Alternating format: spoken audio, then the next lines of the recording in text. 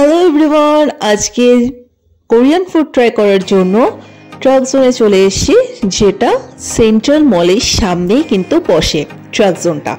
অনেক দিন ধরে ভাবছিলাম যে কোরিয়ান ফুড ট্রাই করব। সো যেমন ভাবা তেমনই কাজ, আমি আর রিমা চলে এসেছি ট্রাক জোনে। এটা হচ্ছে সেন্ট্রাল মলের একদম সামনে। তো যদি বাসে আসো তাহলে এক্সিস মলে নেমে ওখান থেকে একটু হেঁটেই হচ্ছে সেন্ট্রাল মল। তার সামনেই কিন্তু খুব সুন্দর এখানে ট্রাকে করে বিভিন্ন খাবার দাবার বসে। শুধু যে কোরিয়ান ফুড বসে সেটাই না, এখানে চাইনিজ বিভিন্ন আইটেম বসে। চা কফির আলাদা জায়গা আছে, জুসের আলাদা জায়গা আছে, বার্গারের আলাদা জায়গা আছে, পিৎজা ওয়াও মোমো থেকে স্টার্ট করে রোল, চাউমিন কি নেই। বাট আজকে আমি আর রিমা মূলত কোরিয়ান ফুড ট্রাই করার জন্যই কিন্তু এসেছি। সো আমরা যেখান থেকে কোরিয়ান ফুড ট্রাই করব সেটা হচ্ছে এই ট্রাকটা, যেটা এখনো অবধি কিন্তু খোলেনি। আমরা মোটামুটি 5টা সাড়ে 5টার মধ্যে ওখানে চলে গেছিলাম। এটা কিন্তু সদ্য তখন ওপেন হচ্ছিল এবং যত তাড়াতাড়ি সম্ভব ওখানে গিয়ে অর্ডারটা দিয়ে দেওয়া উচিত, না হলে কিন্তু প্রচুর ভিড় হয়ে যায়। আর তোমাদেরকে মেনু কার্ডটাও দেখিয়ে দিচ্ছি, এখানে কিন্তু ভীষণ রিজনেবল প্রাইস, খাবার কিন্তু দুর্দান্ত। সো আমরা বেশ কিছু জিনিস এখান থেকে ট্রাই করব, সবটাই তোমাদেরকে বলে দেবো কি কি নেব না নেব। আর এখানে বিভিন্ন টাইপের কিন্তু নুডলস রয়েছে।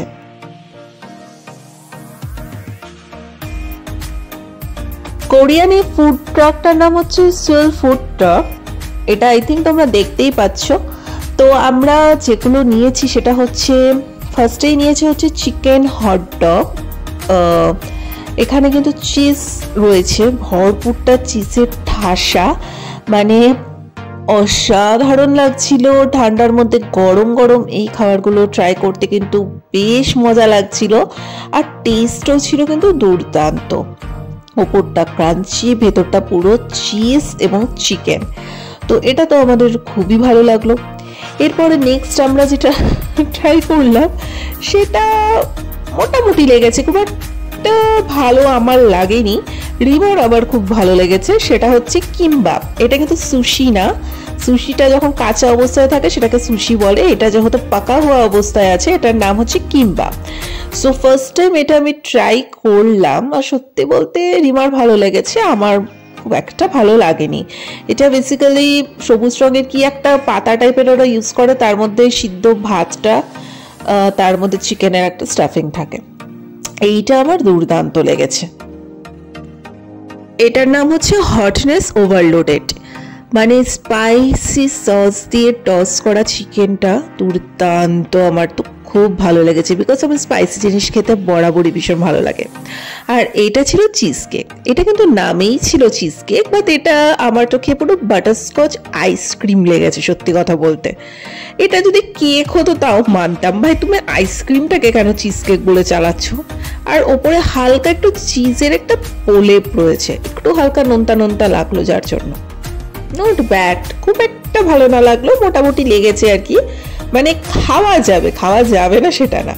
তো এখান থেকে ভরপুরটা খাওয়া দাওয়া করলাম, আমাদের খুবই ভালো লেগেছে। তোমরা যারা এখনো ট্রাই করোনি ডেফিনেটলি ট্রাই করো। এখান থেকে বেরিয়েই কিন্তু দেখলাম উইন্টার আর্ট কার্নিভাল বসেছে একদম সামনে ব্রিজের নিচে। ওরা খুব সুন্দর করে একটা আর্ট এরকম ফেয়ার করছে, যেখানে নিজেদের হাতে আঁকা সমস্ত পেন্টিংগুলো আমি ওখানে দেখতে পেলাম।